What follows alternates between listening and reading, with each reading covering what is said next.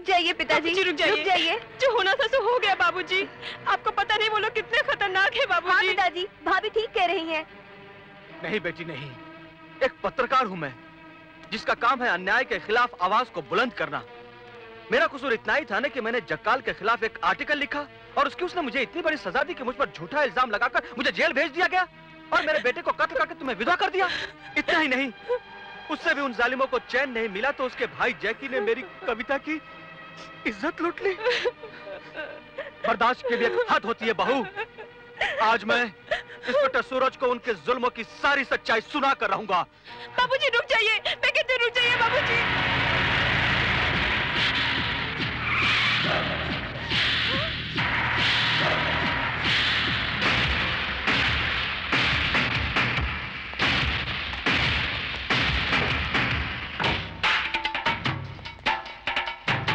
क्यों?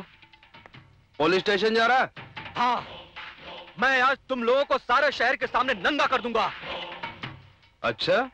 तुम लोगों के पास हथियार कहां-कहां से आते हैं और तुम लोगों ने किन-किन को सप्लाई करते हो, मैं सब जानता हूं। यही नहीं, मैं पुलिस को यह भी बता दूंगा कि ड्रग्स और हथियारों के बदले में किन-किन देशों को लड़कियां भेजी जाती हैं। तेरे पास इसका क्या सबूत है? सबूत है ये डायरी, जो जक्काल और तुम लोगों को फांसी के फंदे तक पहुंचाने के लिए काफी है।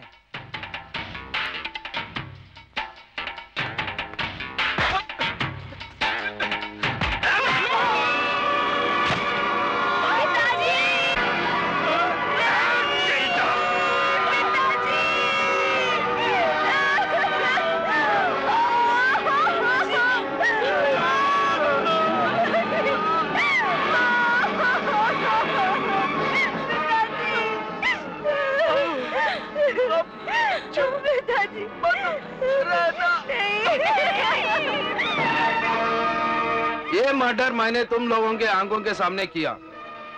अगर किसी के पावर में ताकत है तो मेरे खिलाफ गवाही देने चले जाना।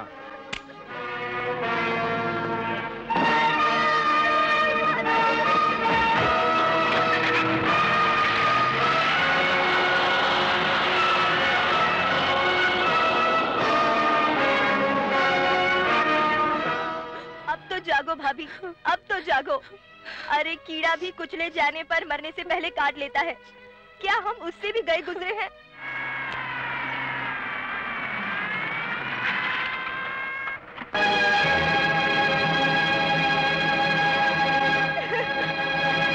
घबराने की जरूरत नहीं है।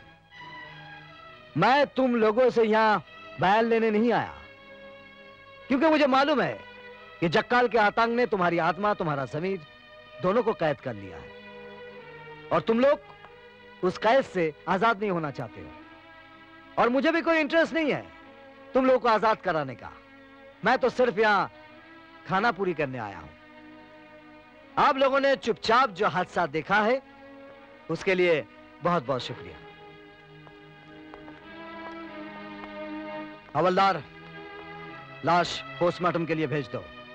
साहब, बिना किसी का बयान लिए? बयान की कोई जरूरत नहीं है।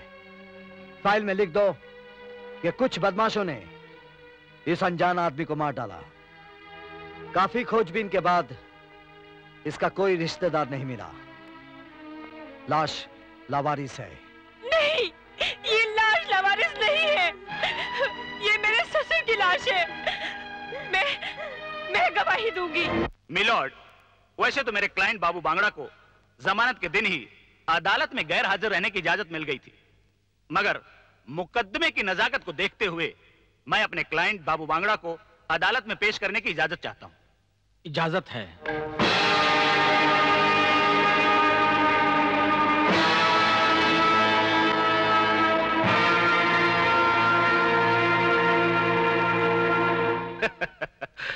मुकदमे की कार्रवाई को आगे बढ़ाने के लिए सबसे पहले एसीपी घाग को मैं बतौर गवाह पेश करना चाहता हूं। पेश किया जाए।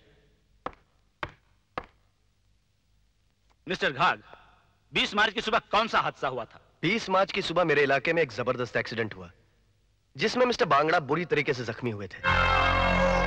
मैंने एफआईआर दर्ज करके उन्हें हॉस्पिटल पहुंचाया, जहां डॉक्टर ने 12 बजे उनको ऑपरेशन किया। ऑपरेशन के बाद उन्हें होश कब आया? तकरीबन 4 बजे। Thank you. Thank you mister Ghag, अब आप जा सकते हैं। मिलॉर्ड, ये रही एफआईआर की जेरॉक्स कॉपी, एक्सरे रिपोर्ट और डॉक्टर की रिपोर्ट। इसमें साफ लिखा है कि एक्सीडेंट में बाबू बांगड़ा का बायां पैर और दाहिना हाथ टूट चुका है। यह कैसे मुमकिन है मिलॉर्ड? जिस बाबू बांगड़ा का 12 बजे ऑपरेशन होता है, वही बाबू बांगड़ा उसी दिन ठीक 12 बजे पत्रकार विजय बाटोटिया का मर्डर भी करता है। This is impossible milord.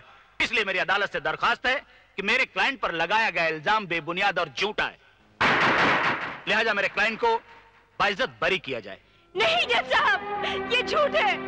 बाबू बांगड़ा ने हमारी आंखों के सामने हमारे बाबूजी का खून किया है। नहीं जज साहब, इसे मत छोड़िए, इसे सजा जरूर दीजिए जज साहब, इसे सजा जरूर दीजिए, इसे सजा जरूर दीजिए। मिस्टर सूरज, आपको इस बारे में कुछ कहना है?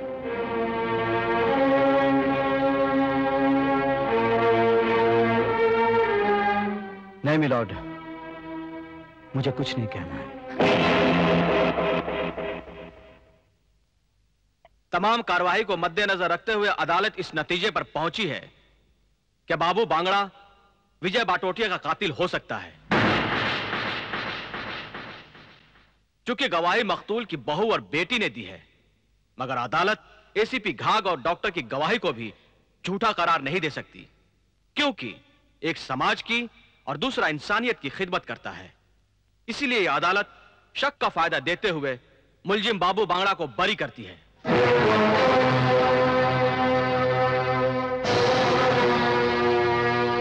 मैं हॉस्पिटल में इसीलिए गवाही नहीं देना चाहती थी। मुझे पता था कुछ नहीं होगा, कुछ नहीं होगा।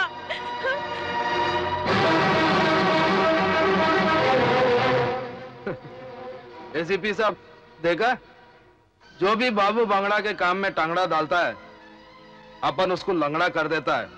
ए चलो।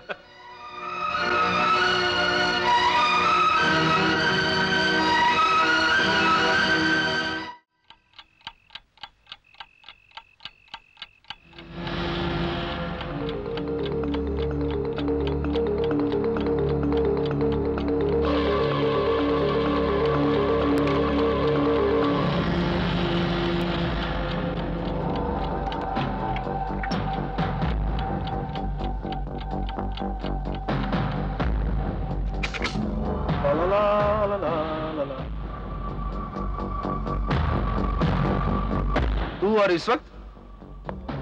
रात के 9 ही तो बजे हैं। सोचा चलकर तेरा हालचाल पूछ लो, लेकिन तू तो अच्छा खासा वन पीस नजर आ रहा है। अपन बाबू बांगड़ा इस शहर का अकेला पीस है जो कानून को अपने जेब के पॉकेट में रखता है। देखा ना आज कोर्ट में क्या हुआ? मान गया बाबू, तू कानून का सबसे बड़ा पंडित है, लेकिन ये कानून तोड़ने वालों के लिए मैंने एक कानून बनाया है। डॉक्टर की रिपोर्ट के मुताबिक तेरे दाएं हाथ और बाएं पैर की हड्डी टूटी हुई है। मैं डॉक्टर की उस झूठी रिपोर्ट को सच साबित करने आया हूं।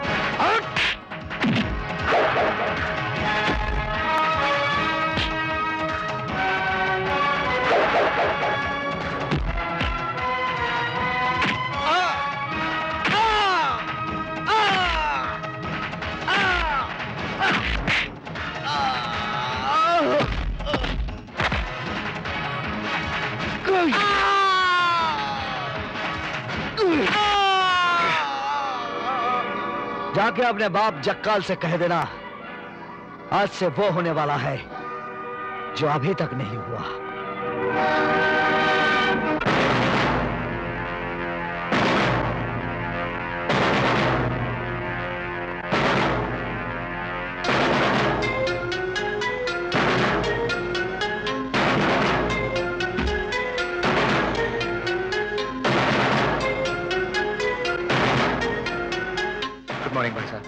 गुड मॉर्निंग जैकी। भाई साहब, दिल्ली से नेताजी का फोन आया था।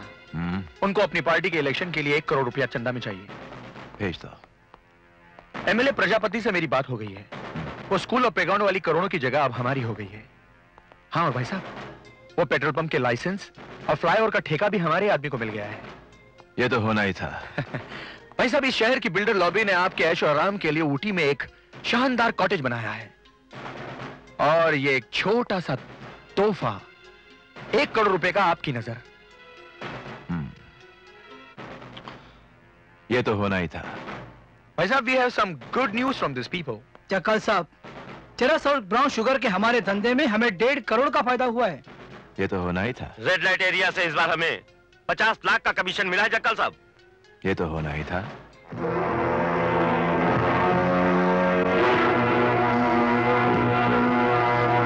मगर बाबू के साथ जो हुआ है, ये नहीं होना था।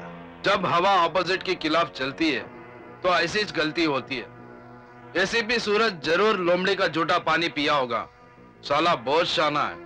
मैं जब उसका झींगा फ्राई करूंगा। जक्काल साहब, उसने शहर में आते ही सबसे पहले मुझे तोड़ा और लोगों को बांग्ला टैक्स देने से मना किया।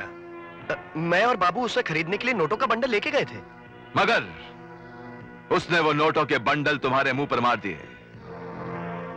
ये शहर जहां के लोग जब भी अपने दिल की धड़कन सुनते हैं, उन्हें धनपत जक्काल का नाम सुनाई देता है।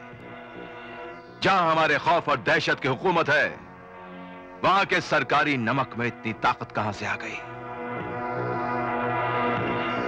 एक इशारा भाई साहब, आपका एक इशारा उस एसीपी को मौत के मुंह में डाल सकता है। You just say it.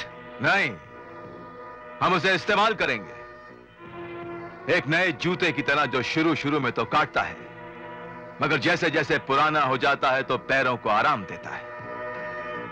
ACP सूरज एक बहादुर पुलिस ऑफिसर है और बहादुरों को गुलाम बनाना हमारा पुराना शौक है। नहीं जाकाल, वो साला बहुत कड़क है। उसको खरीदना लोहे का चना चपाना जैसा है। हम उस सरकारी चने को पीसने के लिए राजनीति की चक्की चलाएंगे। प्रजापति को फोन लगाओ। 25 से 25 मिलाएंगे तो 60 की गिनती पाएंगे। हाय रे भैया रा रे ना। कहानी गोड़ी, हम प्रजापति बोल रहे। कौन है? Sir, Prajapati on the line sir. Prajapati. अरे बाप रे बाप, जक्काल साहब पाए लागू।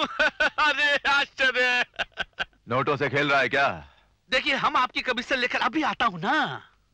कमीशन नहीं, पहले तुम कमिश्नर के पास जाओ प्रजापति, और उसे समझाओ कि एसीपी सूरज के मुंह में लगाम डाले, क्योंकि हमें आवारा कुत्ते और बेलगाम घोड़ों से सख्त नफरत है। अरे जक्काल साहब, आप तो जानते हैं कि हम बेसिकली बहुत कमीने आदमी हैं। कबूतर के अंडे चुराकर उसके नीचे मुर्गी के अंडे रख देते हैं। बेचारा कबूतर कंफ्यूज हो जाता है, परेशान हो जाता है कि उसके अंडों के बीच में से मुर्गी के बच्चे कैसे निकल आए।